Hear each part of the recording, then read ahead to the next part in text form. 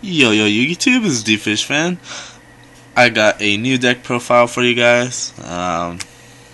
Like I said, I want to keep the videos coming, so yeah, let's get on with it. It's a Malefic anti-meta deck. So yeah, not much to talk about. Let's just get on with the deck list. I guess I will mention something. This is a deck that I've been thinking about for a long time, ever since they announced the Silvori Calcos. I probably will add the Silvori Calcos when it comes out, because the only backdraw is that you can't pretty much like synchro or exceed or anything like that. And by the way, kudos to Konami for making it balanced. I was worried that if they made it decent enough, or like if they made it good enough, it was gonna probably ruin the game. But they made it pretty unique in that it can only be run in pretty much rogue decks. So I think this will be the only deck that can benefit a lot from the Silvori Calcos. So I'll probably run it just one. Why not? So anyways, with this deck list, we got triple Gadgetron. He's the main win condition of the deck, believe it or not, because he's so easy to get out. You know, he's just a 3,000 beater. If you don't have skill drain out there, your opponent can activate trap cards when he attacks, so that's pretty interesting. Alright, so Malefic Cyberend, you guys know how much I love this guy. Instant 4,000 beater out of your ass. And then I run cards to help OTK, so you know, whether it's Limiter or Megamorph, the card's pretty broken. So yeah, this deck is a lot more aggro. I know a lot of these decks, the Malefics, they tend to focus on, you know, just getting a 4,000 beater out there and then trying to just beat them down every turn, which is good. And you know, they run like triple bribes and stuff as protection, because they don't want the Malefic to get destroyed or anything.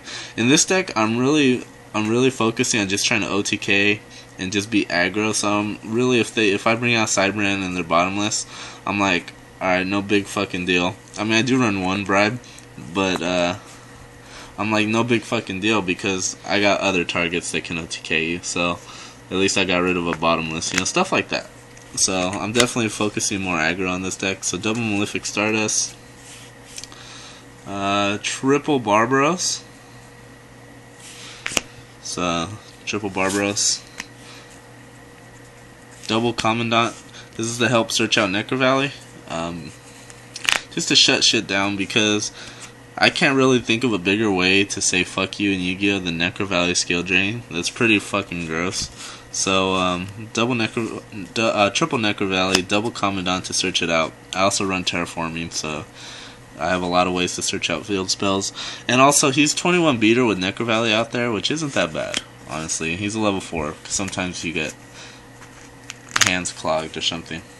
So, to help with the OTKs, this is one of my techs, Darkwalled Shackles. It's an equip spell. I don't know if you guys... It was in one of my cards not to forget segments. I really like this card as soon as I seen it. But what it is, it's an equip. You equip it to a monster, anyone on the field, obviously. Its attack, it cannot attack, first of all, and its attack becomes 100. Its attack and defense become 100. And then during each of your standby phases, inflict 500 to the controller of the equipped monster. Really, that shouldn't come into play unless you like are pretty desperate, like if they're at 500 or something. But it's a good out to, if I don't have my skill drain, you know, Spirit Reaper, Marshmallow, those type of shits.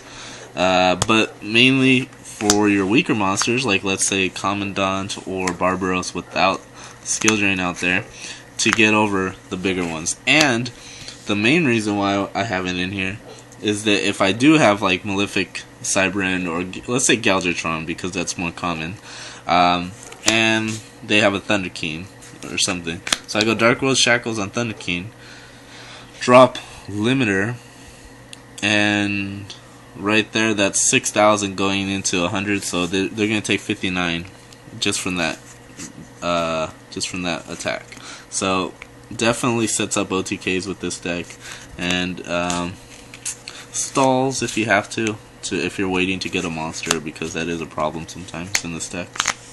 Alright, so trade in to try to speed it up. You know, you got draw power. You have plenty of targets in this deck. I mean, I might even consider running 3. 2 has been working pretty good for me so far, though. Because you don't want to draw trade in without the level 8s. Or like trade in with Cyber End. But, I mean, for the most part, every other card in this deck is pretty much level 8. You got the double Malefic Stardust, Gadgetrons, and triple Barbaros. So that's a lot of targets. Double Megamorph, OTKs, all days.